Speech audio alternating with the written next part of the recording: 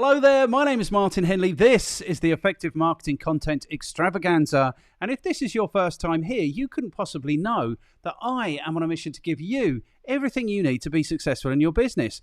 Providing, of course, what you need to be more successful in your business is to know more about and be implementing more efficiently, more enthusiastically, and more effectively sales and marketing in your business, because that's of course what you need. You need more customers more profitably.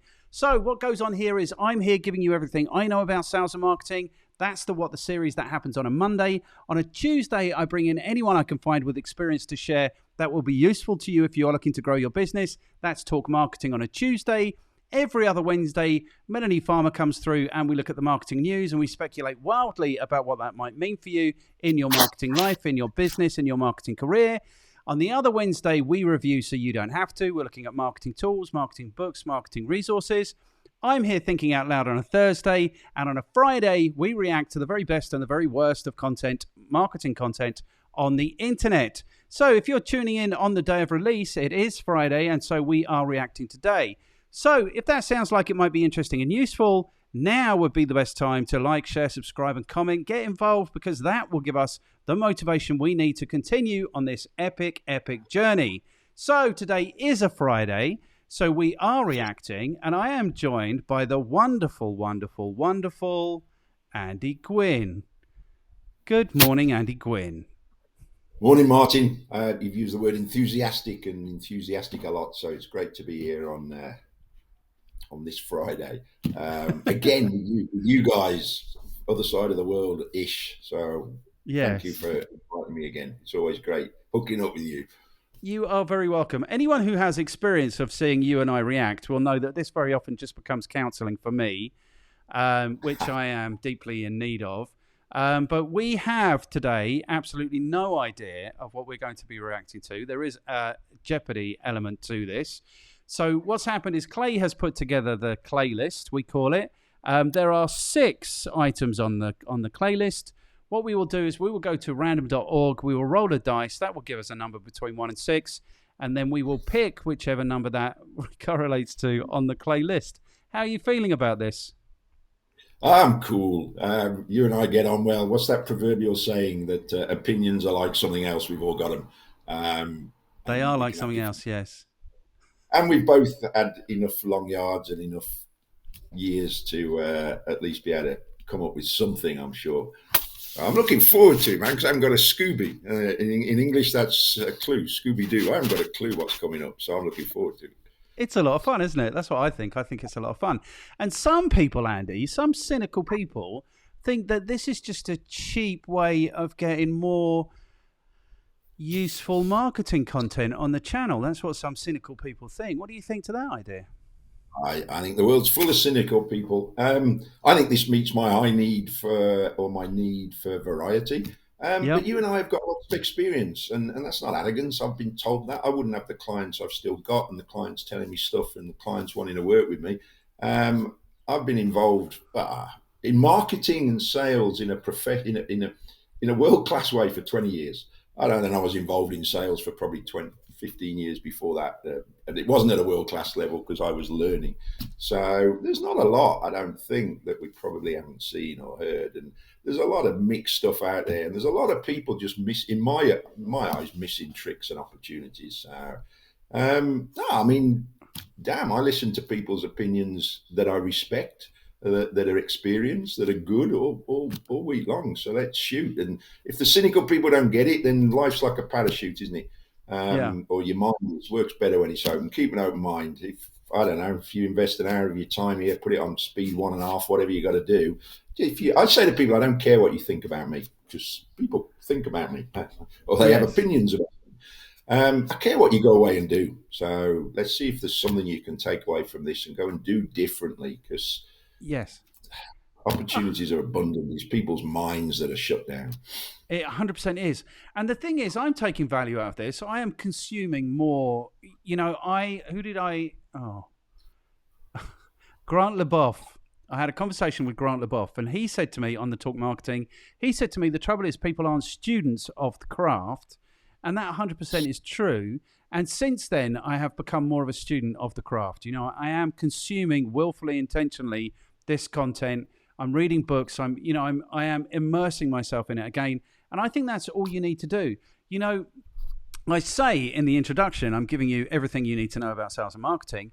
The number one thing you need to know is, well, the number one and the number two thing is, the number one thing you need to know is you have to do it. If you want to have customers profitably, you have to be marketing. And the number two thing you need to know is that this is the best fun you will ever have in your business. Being successful, bringing people into your life, delivering the value that you are specialist at delivering. That's how you get to have fun, I think, as an adult. So that's where we are. The only issue with this, of course, is that the cynics are right. This is just a cheap way of getting more content onto the channel. You're damn right, man. You're not paying me for this. It's the cheapest way I can imagine. It's as cheap as it gets. No one's getting paid. No one's getting paid. Okay, super cool. So shall we roll the dice and see what it is that we are going to be reacting to today? Now, somebody, while this happens, has to hum the Jeopardy theme. Do you know the Jeopardy theme? No, so I guess you're going to have to do that. It's going to have to be me. Okay, so the Jeopardy theme goes... Da, da, da, da, da, da, da. Da, da, da, da, da, da, da, da. Right, so we can stop there. The number is 5. Okay, so I'm going to bring it back to us in case my browser cheats on me. Oh, no, we can go here. We can see here is the playlist. So we're going to go to number 5. We're going to copy that. I'm going to put that into my browser. I think my browser isn't going to betray me. You'll know that I have been looking at the football. There's no danger there. Okay, so what we are reacting to today, Mr. Gwynn, is how Apple and Nike have branded your brain. How do you feel about that? I want to hear what they've got to say, because I pronounce it Nike and you pronounce it Nike. So our brains have been branded differently already, haven't they?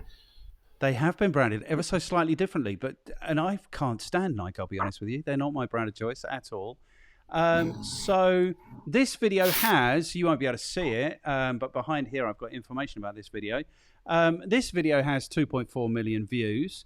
This channel, which is Big Think, has 558 million views, which all kind of bodes well. I think this is going to be interesting and useful. It's only 5 minutes and 34 seconds long. So let's go. If you want to say something, you just shout. Okay. How do I feel about Apple? I feel great about Apple computers. I haven't used an Apple phone since a client of mine told me that I was using a mum's phone. So I stopped that in about 2014. That's how I feel about Apple. Nike isn't my preferred brand. I tend to buy Adidas if I'm buying sports stuff. So that's what I'm coming in. That's my bias. Do you have a bias on this subject? Oh, yeah. I use Apple, but it took years for people around me to get me to use it. And I'm anti-brands in that I was brought up, I was packing gloves in a warehouse, and then I got into purchasing and sales, and it was all within industrial workwear and PPE, protective equipment. And we used to bring, for instance, I bought our own brand of safety footwear out of a factory in China from literally the same track that they were making Caterpillar. So I know the pricing, and I struggle with branding because I'm fascinated by the way they market and the human mentality and the herd mentality. But you can buy stuff that's equally as good. Now, I had people telling me, you got to get a MacBook, you got to get a MacBook. So when my laptop fell over, I went, okay, I'll go. And it's great. I've loved it. And I've been on the iPhone since it started. And again, somebody just went, hey, it's come out, get it. I needed a new phone, I got it. But I've just upgraded my iPhone from an iPhone 6 to a 14. Okay, and I bought so you're not a slave to the brand. I bought it from a mate of mine who's changes it every year. He's my tech monster. He's great. And he said, I've got one a year old. Do you want it? It's 2/3 of the price. And I went, yes. And I still thought twice I'm paying for a phone, knowing that it's not a phone, it's my business, it's a computer, it does everything. I still sort of struggle with the pricing of brands. Yes. But the reality, the reason I stayed with Apple phones is because that's what I'm used to. I just can't be asked with changing and trying to get used to something new. So maybe that's part of their marketing as well. And that makes sense, doesn't it? So have they got a loyal fan? They got a loyal fan because I can't be asked to change. But so I love Apple. I love the stuff. I love their story, and I love Steve Jobs' story. When it comes to Nike, I don't buy branded sportswear. I'll buy something that is functional, looks the way I want it, and is because I just know that you're paying for the brand.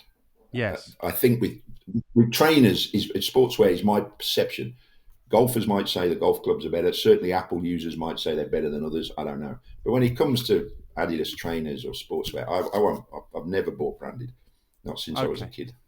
All right, cool. Well, let's see then. So this might not be the best video for us because I don't think they branded our brains necessarily. Hey, doesn't matter about the product, does it? We're talking about marketing, and what they are masters at is marketing. So let's go and see what they're doing. 100%. Let's go and see what they are up to. Okay, good. So let's press play. Coke is just soda. Tylenol, just acetaminophen. And Levi's are just jeans. Yet consumers go out of their way to select these specific brands over others. An economist would say, how is this possible that a rational consumer would be willing to pay more for exactly the same thing? We love to think about ourselves as rational. That's not how it works. A very famous study done by colleagues at Duke University had flashed either the Apple logo or the IBM logo to two randomized groups of participants. The study found that after being subliminally exposed to the Apple logo, compared to when you've been exposed to the IBM logo, participants performed better on creative tasks. And the argument... Serious? I didn't know that. I didn't know looking at a logo could make you more creative. You buying this? You've now got me. Yeah, I get it. I'm passionate about psychology, and I get it. And I'm trying to remember. I'll see if I can remember it throughout this. Something about if you give somebody a warm coffee in a lift as you're going up, into an interview or into something, they're more likely to say yes, or you get better rapport. It's that subtle. I've studied a lot with some of the top guys in the world, and I get it. Okay.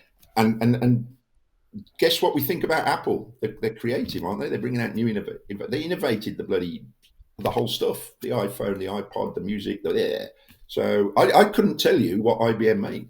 So maybe I'm typical of that herd. Okay. All right, cool. That seems to be a bit of a stretch for me. Like, you perform more creatively by looking at a logo. Okay, let's push on. Cynic. Is that Apple has been telling you this story over and over again, that Apple is the brand for hip, cool, fun, creative people. This is the true power of brands. They can influence our behavior in ways that extend way beyond the point of sale. So, to what degree can the influence of brands wreak havoc on our ability to make rational spending decisions? This is Your Brain on Money. This is Americus Reed. He studies identity and marketing at the University of Pennsylvania. When I make choices about different brands, I'm choosing to create an identity. When I put that shirt on, when I put those shoes on, those jeans, that hat, someone is going to form an impression about what I'm about. So if I'm choosing Nike over Under Armour, I'm choosing a kind of different way to express affiliation with sport. The Nike thing is about performance. The Under Armour thing is about the underdog. I have to choose which of these different conceptual pathways is most consistent with where I am in my life. And once a consumer makes that choice, their relationship with a brand can deepen to the point where they identify with the brand like family. And once you identify with a brand, it can shape the way you behave. And it's really interesting because they will also, if someone talks bad about that product, brand, or service, they will be the first to go out and defend. Why? Because an attack on the brand is an attack on themselves. Right, so I thought the point was of brand is that we're not choosing. I thought the point of brand is that, you know, the subliminal thing kicks in. So when I teach brand as part of digital marketing, I don't teach brand especially, but as part of digital marketing, this is what I say to people is I say it's really about putting yourself front of mind. So if I come to buy something that you sell, then I don't go searching for you. You're at the front of mind. And this is, and I tell them about my relationship with Adidas, where I'm not particularly an Adidas fan consciously, but when I go to a sports shop to buy stuff, I typically leave with Adidas stuff, you know. So when I go to play tennis, I look like I'm an Adidas sponsored athlete. I don't look like that when I'm playing tennis, but when I'm walking to tennis, you might believe that I'm an Adidas sponsored athlete. So I thought the point of this was not that people consciously decide. The point is that the strength of the brand is such that you've already maybe you've made that decision and now you're committed to that decision. What do you think? Oh, I think this is complex, because if people have been listening to this from the beginning and I said, I don't buy brands, that's bullshit. You can challenge me, because this has got me thinking. And actually, the audience on this aren't going to be the Adidas global brand marketeers. They're going to be business owner marketeers. And that's who we're talking to. That's who we are. And so it's about thinking, how do you apply this? You've got to get in front of people, that it said, because how it's influencing people's thoughts. But I ride Triumphs. I'm a motorcyclist. I'm a biker. I ride Triumphs, and I've often thought of getting a Harley. I've got people around me that ride Harleys, and when it said you defend the brand, you're damn right I do. Why do I buy it? For me, I want to be different, and you don't see as many Triumphs as other brands, Japanese brands in the UK. I'm in Spain. You certainly don't see many compared to the BMWs and the Harleys. So I like to be different. So Triumph, is it different? It is, by the fact that it's not that common. But I also go, I'm a patriot. I had a Jaguar, and I jokingly say I got rid of it when it was bought by the Indians. It's not true. I got rid of it anyway. But I wouldn't necessarily go out and buy another one, because I say I'm a patriot. There's those two identities. He mentioned identity for me. So I do buy brands. And I think the thing for this as a business owner, you've got to go, yes, I've got to get my brand out there so people see it, because they've got to buy it to begin with. But what they're talking about is, what is the identity, the emotion or reason that people buy it? Because those are the people to understand and get to. That's the message to get out there, is to hit them with the emotion. Then what this is saying is the impact you have on those people in the rest of their behavior is staggering. Yes. Can you do that as a micro business, as a small business? Am I influencing my clients' thoughts elsewhere outside of delivering on their LinkedIn marketing for them? I don't know. But I said at the beginning of this, keep an open mind, cynics. What can you get from this supply? I'm now thinking, how else can I get my brand out? And actually, how can I even more focus on communicating the emotion out there for people to tap into the emotion and their identity? And how can I understand that avatar better? And we talk about hitting people with their pain and their problems and then giving them the solution. Most people that haven't studied the craft that you said, people don't understand about communicating to get that emotion and tap into that emotion. That's what these guys are saying. It's an identity level. What's lower than that? There isn't. Beliefs and values, identity. Damn, they've got right to the bottom. No wonder they're changing human beings' thoughts. Yes. Okay, so I spoke to Barnaby twice on the Talk Marketing thing. He defines brand as the relationship that a business has with its customers, or a customer has with a particular supplier. And I think this is true. I mean, I would defend Apple computers. I would defend Google phones. You know, so it is right. I mean, and what you are, the benefit of the brand is all of these things. Is the front of mind when they come to buy something, they're thinking about what you provide rather than what might be available in the market. It's about the relationship. It's about the strength of the relationship. You know, it's about having advocates out there in the world. And here's what I really think is, we have brand relationships. You know, I do this in my Does My Business Look Big in this presentation, which is about brand, which is, you know, I'm a football fan, and I particularly enjoy Manchester United branded football. You know, if I'm buying shirts, I'll typically go to Marks & Spencer's. If I'm buying, pants and socks, Marks & Spencer's. Shirts might be Next, for example. If I buy a barbecue, it'll be a Weber barbecue. I typically own a pair of Ray-Ban sunglasses. I'm a photographer. I shoot with Sony. I used to be passionate about Nikon. That moved on. I don't drive a car currently, but if I did, it would be an Alfa Romeo. You know, we have these brand relationships. We absolutely do. And what they're saying here, which is maybe a little bit different from what I say to people, is we are defined by those brands. You know, those choices, like people will look at us and they will say, okay, they use this brand or that brand. they might be this kind of person, which is where I suppose it ties into what you're talking about, which is identity. And I suppose that's self-identity. I winced because, people are talking about identity politics and stuff.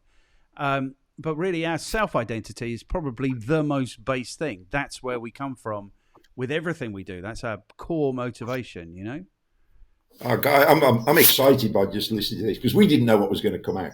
I teach a lot around helping people change their behavior. And I tell you, you can change your skills. You can do something different. But often what stops us adopting the skills is our beliefs. If I believe I'm not a salesman, I won't adopt the ability to write and use a script, for example. But underneath our beliefs are our values. Belief is something we hold to be true. Value is something we hold to be important. So a value might be, I've got a value of working hard, but the belief then was you got to do stupid hours. Yeah. And I shifted the belief to working smart. But also, if a value is time with my kids, but also a value of working hard, there's a conflict. Your identity dictates your values. The moment someone has a child born, their identity changes to one of dad rather than husband or boozy mate. And the values change, beliefs change. These guys are talking about the identity, and what that's got me thinking. Flip it round as to not what they're doing to us, but what we can then do. What we can do in our marketing is how can we better understand the identities of our ideal clients? Because you've talked about all those brands. I like to be different. That's part of my identity. I like to sort of stand out. No shit. So I don't buy the branded stuff you've got, but I do buy some sort of quirky clothes. I'll look at something and go, is it different? So if somebody was targeting me with Triumph and they were talking about being different, being the leader of the pack, but not that I need to be the leader, but just that difference, you got me.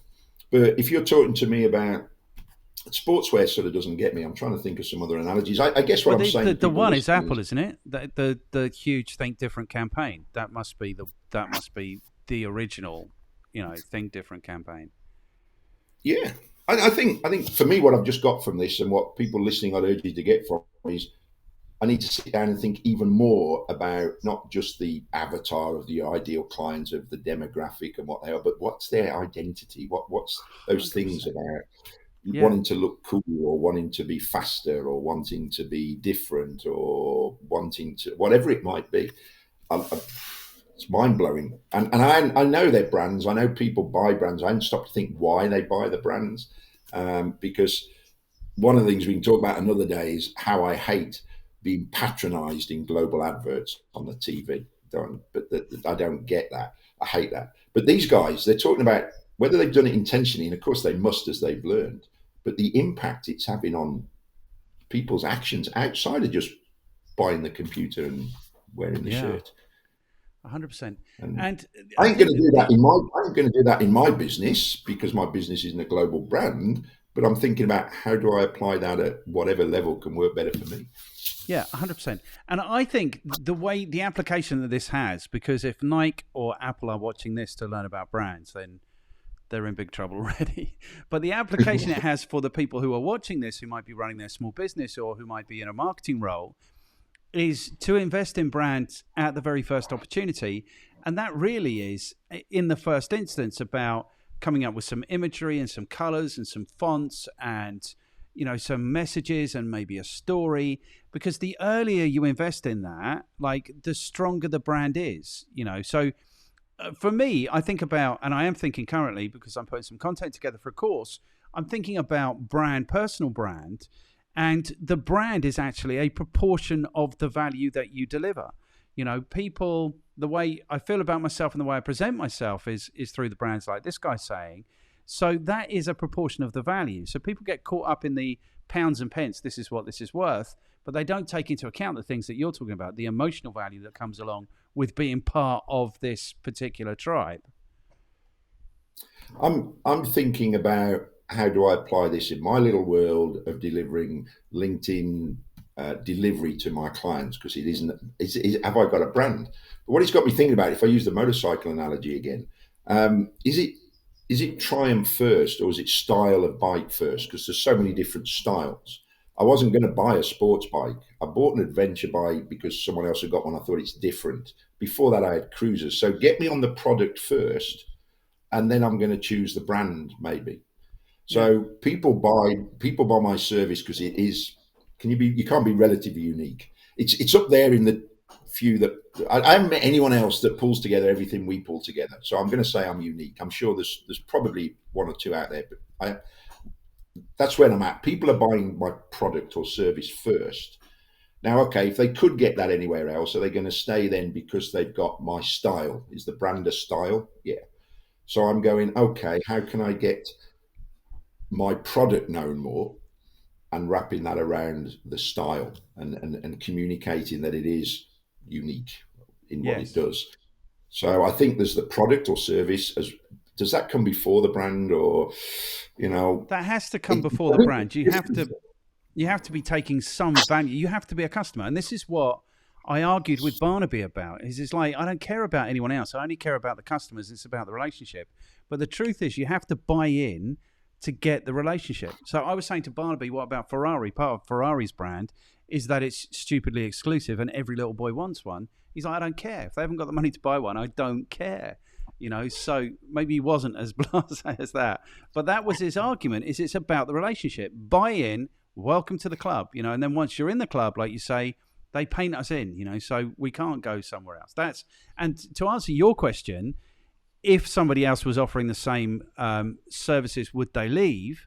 And the answer to that question is, if you have got brand, if you have got that relationship, then they are much less likely to leave. And if you have got strong brand and you've got strong relationship, then they're really much less likely to leave. So this is about, Barnaby's right, this is about that relationship, And I think the distinction I've got from you just is I've always struggled with people that go, I need brand. Someone said to me, I'm setting up a new business. I need some branding, some logos, some headers. In the old days, it used to be compliment slips. And I'm saying, no, not really.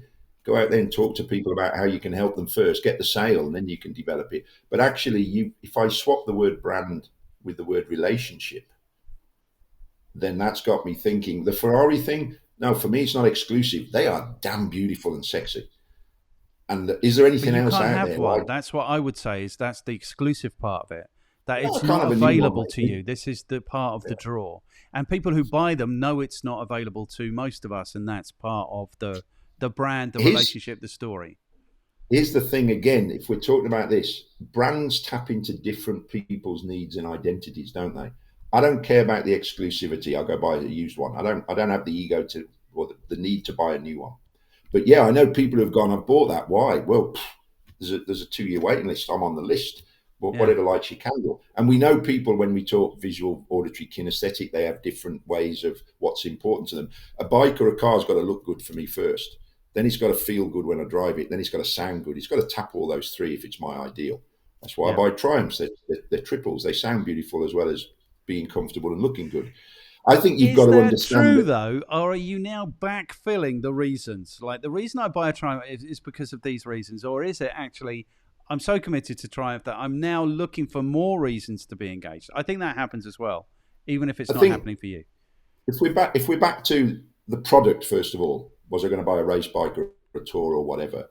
Then the brand. I'll look to the brand first, but I've looked at other brands. Yeah. And then when I've decided on which one, the brand and the product takes preference. That's first. Then when I'm choosing the actual product, it's got to meet those needs as well as others. I think it all comes back. You're right. Instead of the word brand for a small business, I would be talking about the relationship. Because I've said, Ferrari, can you get them anywhere else? Is there anything else like it? Is there anything else like a Ducati? Triumph's done the odd thing close, and one or two others have. It's sort of close with the odd style. Where was I going with it? I think what you've got to do is you've got to have a product or service that's exceptional.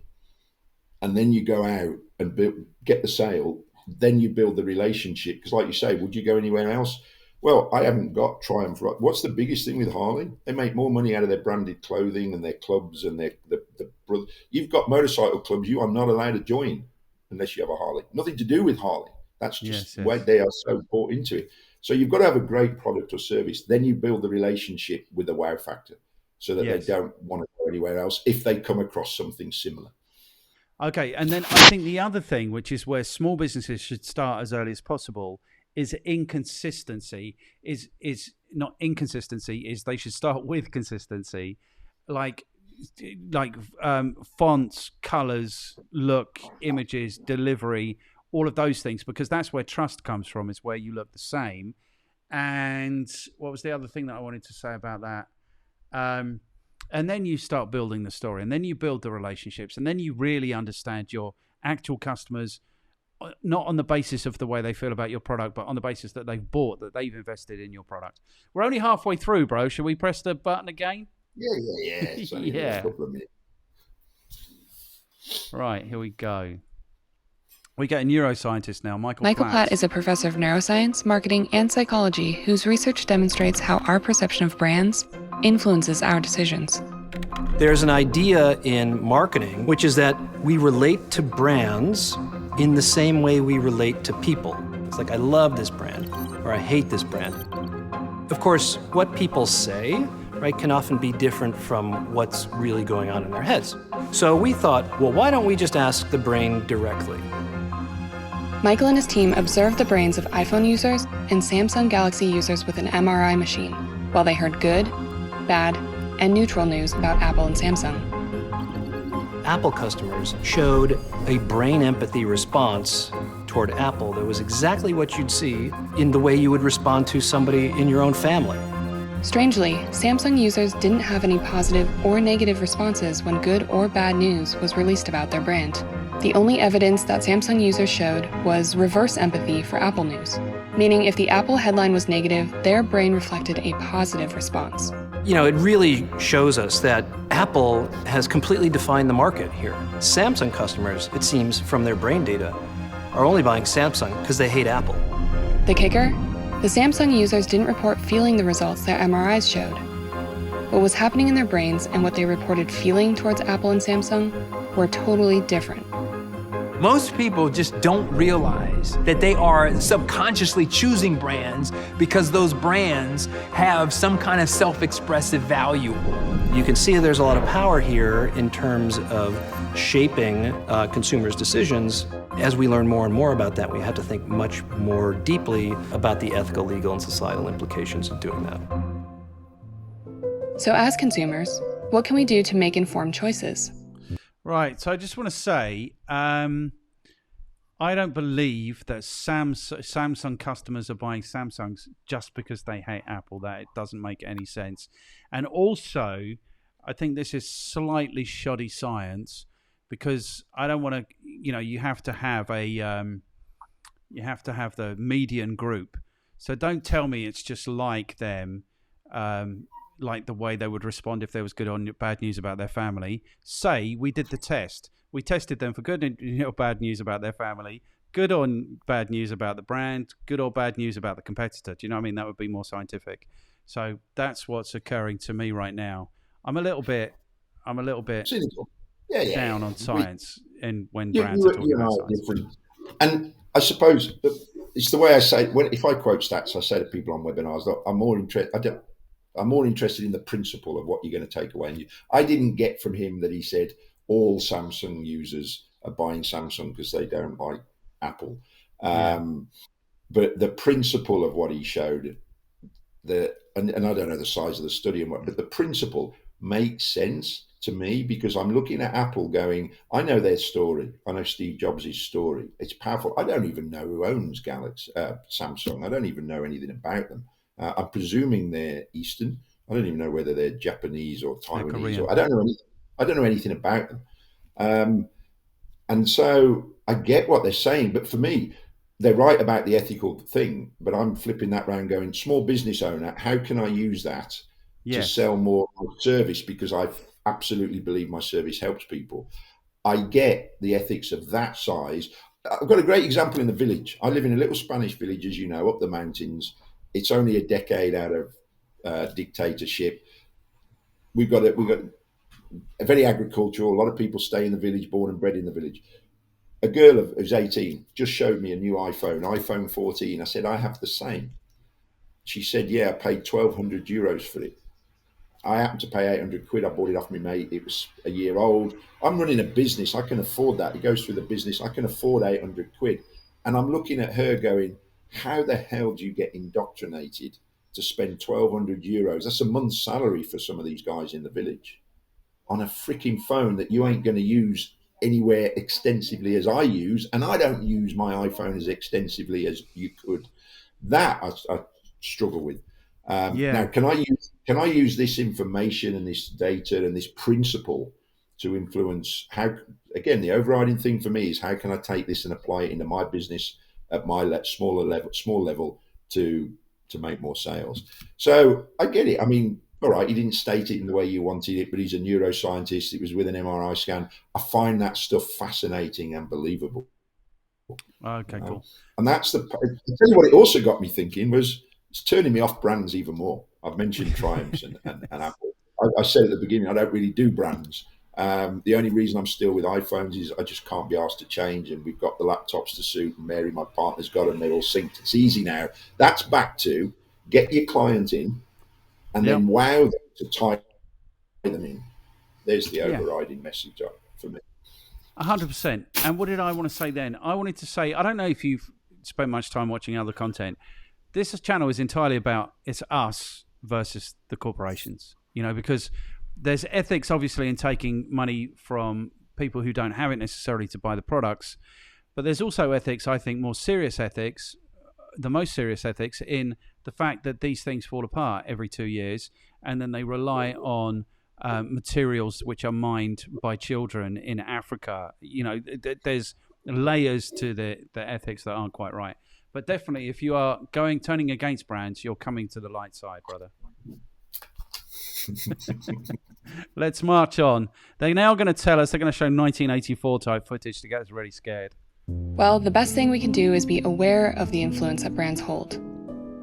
I think it's important to always pause and think a little bit about, okay, why am I buying this product? And like it or not, brands aren't going anywhere. I've heard lots of people push back and say that I'm not into brands. I take a very different view. They're not doing anything any different than what someone who affiliates with a brand is doing. They have a brand, it's just an anti-brand brand. And I think about what is it that I've learned about identity over time. I think a lot of it has to do with the fundamental need that we as humans have to have support systems. Perhaps it was the church, it was the community, it was these other institutions that existed. Now brands have stepped in as pillars of our identity. So I'm very much motivated to see that in that positive light. Okay, good. That guy's annoyed me now. I just like scientists. You know me, you and I are different. I have to keep bringing it back to whatever. I find it scary. Yes. And he said he liked that brands have stepped in instead of other communities. I don't. No, I don't either. I really don't. There's no rules of that community like you've got in a church or a bike club or whatever. Whether you like the rules or not, they have rules. There's no rules with the identity. If you suddenly all get together as Triumph owners or Nike wearers, so that's a bit scary. But then I just have to bring it back to what can I take from this that I can apply to my business, my clients' businesses? Yes. And we can reiterate that before the end of this call. I think for me, there's been 2 or 3 key things, and we can come on to that. It's just scary, and he's right. It's going nowhere, and it's got me thinking. I'm sat looking at, I smoke. I smoke Unbelief, and I'm going, what is that a brand? Well, of course it is. Why am I on it? And he just said, stop and think. And I think if we're talking outside our own businesses and marketing, and certainly for kids and teenagers, but a lot of adults are just the same because they've grown up like it. It stuns me that the amount of bling, the amount of brand people wear and buy. Stop and think before you buy it. Why do I buy the Unbelief tobacco? Well, because that's what I've got used to. That's what I started with, and I started smoking again. So it's not about brand identity. Used to be when I had a Zippo, but I've refrained from buying another Zippo. So for me, number one is stop and think. And then also, I think the overriding thing for me was, how can I get my clients in, first of all? The great thing we've got in this era is, as a small business, you can get your brand out there. I've had people say, I've seen you. And I said, where? They recognize my logo or the name. Didn't mean anything to them other than they recognized it and associated it. Well, it meant something. They associated it with what I did. But you can get it out there so much more now than you could 15 years ago. So get your name out, whatever the name is. And get the sale and keep them in so they become they become loyal. But I think for me, it's come back to the brands you've talked about. You've got to have an exceptional product or service. We're talking about these guys. I can challenge that around the clothing, but that's just my perception. People are wearers of it might, but we've talked about the Apple and the Nike, the Ferrari, and those people. So I think that's fascinating and scary, and I'm not going to get upset over it. I've got to bring it back to it is what it is.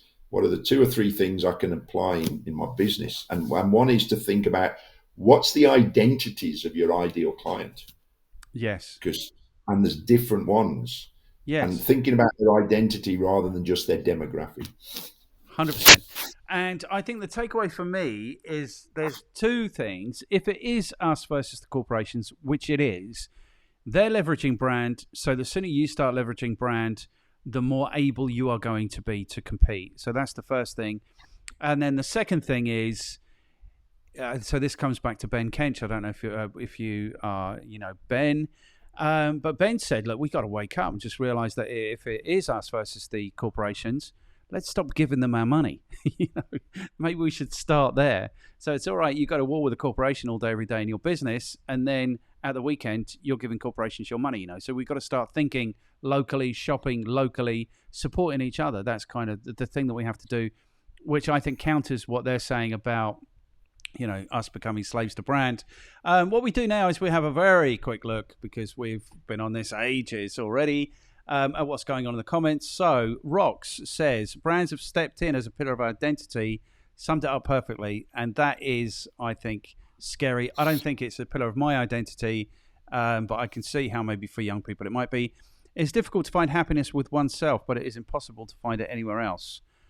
Okay, that's a bit deep from Dr. Faust. Is that what we expect? What a very enlightening video. I think not so much enlightening as whatever the word is for reminding.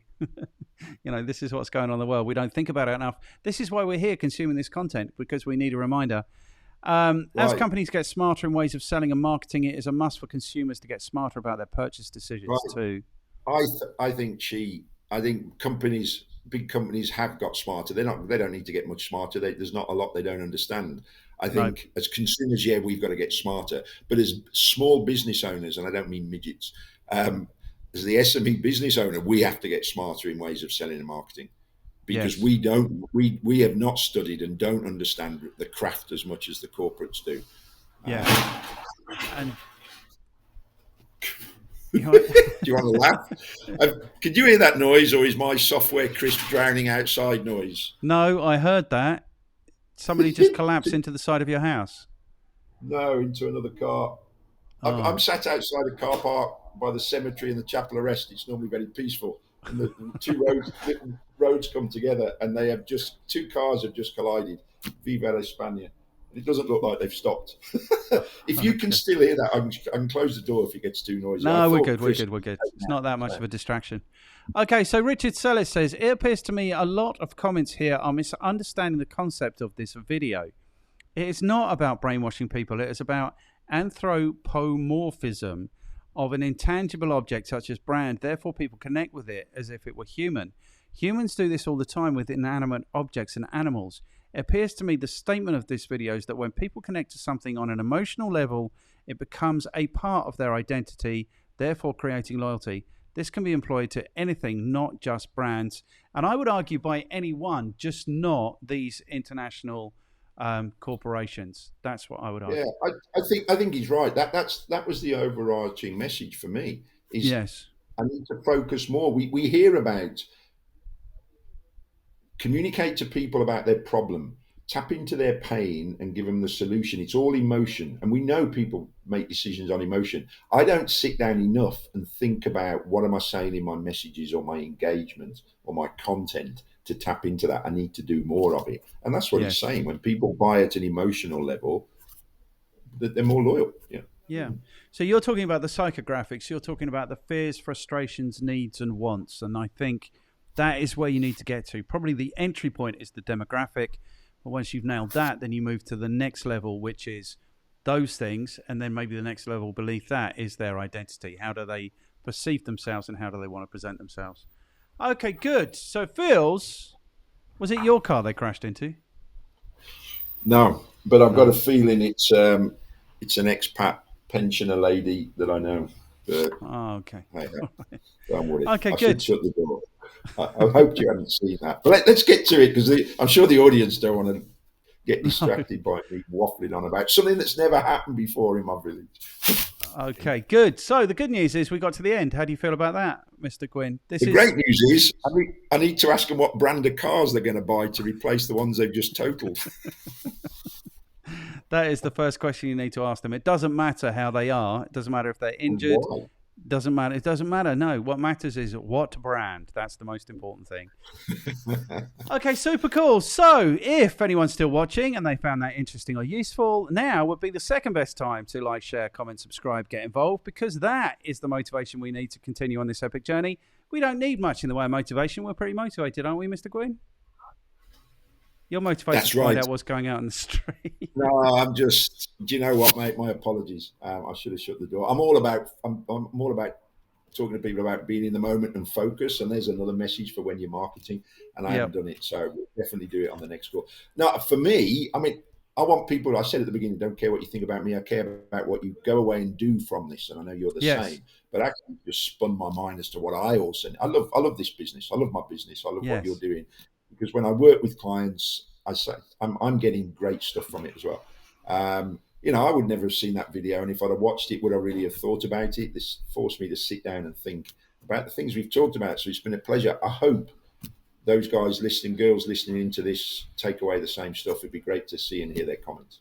Yes, or whatever they take away, as long as it leads to some action, as long as it leads to them making investment that makes their lives better. That's what I'm interested in. So welcome to the club, man. This is what goes on here.